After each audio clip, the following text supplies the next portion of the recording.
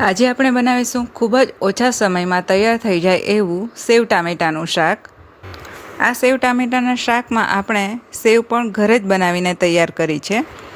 જ્યારે ઘરમાં કંઈ શાકભાજી ન હોય તો તમે આ રીતે ખૂબ જ ઓછા સમયમાં સેવ ટામેટાનું શાક બનાવીને તૈયાર કરી શકો છો. તો ચાલો રેસીપી શરૂ કરીએ. સેવ ટામેટાનું શાક બનાવવા માટે અહીં મેં મીડિયમ સાઇઝના 4 ટામેટાને છીણી લીધા છે. હવે સેવ બનાવવા માટે મેં અહીં અડધી વાડકી જેટલું બેસન લીધું છે. બેસનને ચાળીને જ યુઝ કરવાનું છે. તમે તૈયાર સેવ અથવા ગાંઠિયા ઉમેરી શકો છો, પણ અહીં આપણે ઘરે જ બનાવીને તૈયાર કરીશું. હવે બેસનને ચાળી લીધું છે. એમાં હવે 5 ચમચી જેટલું લાલ મરચું પાવડર, અહીં મેં તીખું લાલ મરચું ઉમેરેલું છે. તમે તમારા સ્વાદ પ્રમાણે વધારે ઓછું કરી શકો છો. હવે 5 ચમચી જેટલી હળદર અને 5 ચમચી કરતાં થોડી ઓછી હિંગ ઉમેરીશું. સાથે સ્વાદ પ્રમાણે મીઠું ઉમેરીશું. મસાલાને હવે બેસનમાં સરસ રીતે મિક્સ કરી લેવાનું છે. મસાલાને બેસનમાં હવે સરસ રીતે મિક્સ કરી લીધું છે. એમાં હવે આપણે થોડું થોડું પાણી ઉમેરતા જઈને એક ઘટ પેસ્ટ બનાવીને તૈયાર કરવાની છે. બેસનમાં પાણી એકસાથે નથી ઉમેરવાનું, ચમચીની મદદથી ધીમે ધીમે જ ઉમેરતા જવાનું છે. હવે 4 થી 5 ચમચી જેટલું પાણી ઉમેરીને બેસનની આ રીતની ઘટ પેસ્ટ બનાવીને તૈયાર કરી લીધી છે.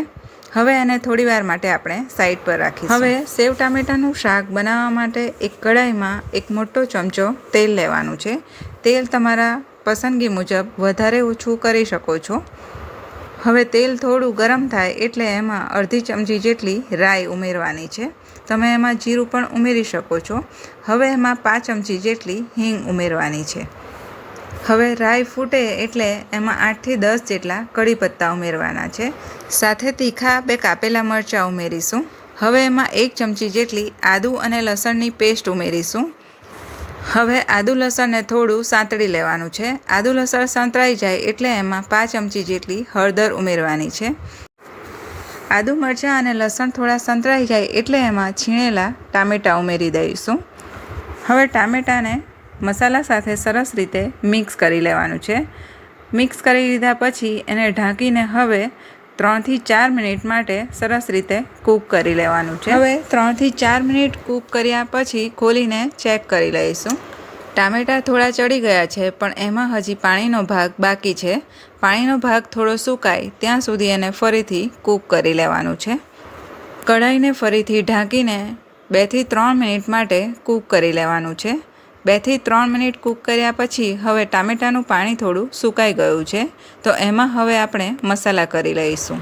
ટામેટાનું પાણી સુકાઈ પછી જ એમાં મસાલા કરવાના છે. જો પહેલેથી જ ઉમેરી દેશો તો મસાલા થોડા કાચા લાગશે. હવે એમાં 1 ચમચી જેટલો ધાણા જીરું પાવડર ઉમેરીશું. સાથે અડધી ચમચી જેટલું લાલ મરચું પાવડર અને અડધી ચમચી જેટલું કશ્મીરી લાલ મરચું પાવડર ઉમેરીશું. સાથે સ્વાદ પ્રમાણે મીઠું, 1 ચમચી જેટલી ખાંડ ઉમેરીશું. ખાંડની જગ્યાએ તમે ગોળ પણ ઉમેરી શકો છો. હવે બધા મસાલાને સરસ રીતે મિક્સ કરી લેવાનું છે અને થોડીવાર માટે કૂક કરી લેવાનું છે. હવે મસાલાને થોડીવાર માટે કૂક કરી લીધા છે. મસાલા સરસ રીતે સંતળાઈ ગયા છે. હવે એમાં આપણે પાણી ઉમેરીશું. પાણી પહેલેથી જ નથી ઉમેરી દેવાનું, બસ આ રીતે મસાલા સંતળાય પછી જ ઉમેરવાનું છે.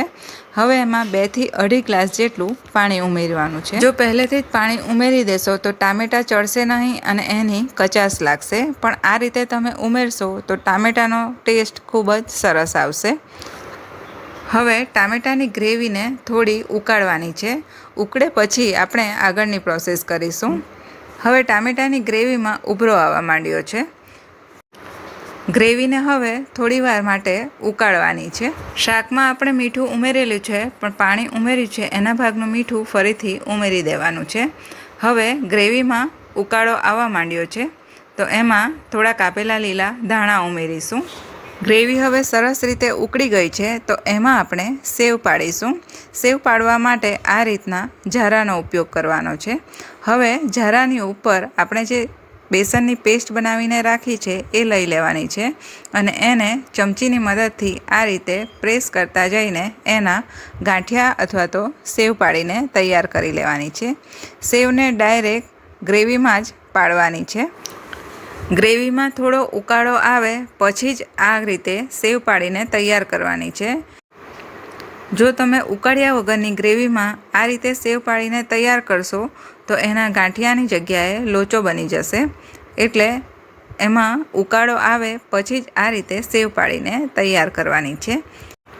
સેવ પાડીને તૈયાર કરી લીધી છે. હવે એને ગ્રેવી સાથે 5 થી 6 મિનિટ માટે ઉકળવા દેવાની છે. હવે કઢાઈને ઢાંકીને એને 5 થી 6 મિનિટ માટે સરસ રીતે ઉકાળી લઈશું, એટલે જે બેસનની સેવ છે એ સરસ રીતે ચડી જાય. 5-6 મિનિટ પછી ખોલીને ચેક કરી લઈશું. આપણે જે બેસનની સેવ બનાવીને તૈયાર કરી છે એ ઉપર આવી ગઈ છે, એટલે બેસનની સેવ ચડી ગઈ છે. તો પણ એને થોડું દબાવીને ચેક કરી લેવાનું છે. જો કચાશ લાગે તો ફરીથી 2 થી 3 મિનિટ માટે કૂક કરી લેવાનું છે. હવે શાકમાં થોડા કાપેલા લીલા ધાણા ઉમેરીશું. ધાણાને શાકમાં સરસ રીતે મિક્સ કરી લઈશું. ઘરે જ આપણે સરસ રીતે સેવ ટામેટાનું એકદમ ટેસ્ટી શાક બનાવીને તૈયાર કરી લીધું છે. તમે પણ આ રીતે એકવાર જરૂરથી ટ્રાય કરજો. તમને પણ ખૂબ જ પસંદ આવશે. વિડીયો અને રેસિપી પસંદ આવ્યા હોય તો વિડીયોને લાઇક કરીને શેર કરવાનું ના ભૂલશો. અને મારી ચેનલ પર નવા હો તો ચેનલને જરૂરથી સબસ્ક્રાઈબ કરો. ફરી મળીશું નવા વિડીયો સાથે. ત્યાં સુધી આપ સ્વસ્થ રહો અને મસ્ત રહો.